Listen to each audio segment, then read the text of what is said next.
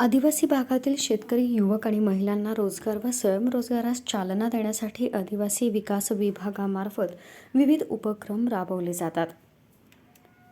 यशवंतराव चव्हाण महाराष्ट्र मुक्त विद्यापीठाच्या कृषी विज्ञान केंद्रामार्फत आदिवासी शेतकऱ्यांना मधुमक्षिका पालनाचं प्रशिक्षण देण्यात येणार आहे. याबाबतचा प्रस्ताव तात्काळ तयार करण्याचे निर्देश आदिवासी विकास मंत्री डॉक्टर विजयकुमार गावित यांनी दिले. मंत्रालयात मंत्री डॉक्टर गावित यांच्या अध्यक्षतेखाली आदिवासी समूहांसाठी मधुमक्षिका पालन व्यवसाय प्रशिक्षणाबाबत बैठक झाली. मंत्री गावित म्हणाले, मधुमक्षिका पालन व्यवसायाचं प्रशिक्षण आदिवासी क्षेत्रातील शेतकऱ्यांना टप्प्याटप्प्यानं देता येणार आहे. प्रत्येक गावातून या प्रशिक्षणासाठी 10 लाभार्थींची निवड करण्यात येईल. विद्यापीठामार्फत निवड झालेल्या लाभार्थ्यांना 5 दिवसांचे उद्योजकता आधारित कौशल्य विकास निवासी प्रशिक्षण देण्यात येईल. तसंच लाभार्थींना प्रत्येकी मधुमक्षिका पेट्यांचं वाटप करण्यात येईल. मध आणि त्याच्या उत्पादनांची बाजारपेठेतील मागणी वाढत आहे. मध आणि मेण ही मधमाशी पालनातून मिळणारी 2 आर्थिकदृष्ट्या महत्त्वाची उत्पादनं आहेत.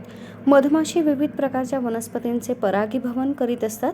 मध आणि त्याच्या उत्पादनाची मागणी यामुळे आदिवासी भागातील शेतकऱ्यांना उत्पन्नाचे साधन मिळेल, असंही मंत्री डॉक्टर गावित यांनी सांगितलं.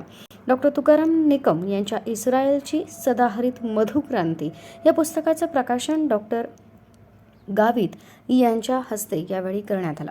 या बैठकीस आदिवासी विकास विभागाचे सचिव विजय वाघमारे, यशवंतराव चव्हाण महाराष्ट्र मुक्त विद्यापीठाचे कुलगुरू संजीव सोनवणे, आदिवासी विकास विभागाचे उपसचिव मच्छिंद्र शेळके, प्रकल्प संचालक डॉक्टर तुकाराम निकम, डॉक्टर नितीन ढोके उपस्थित होते.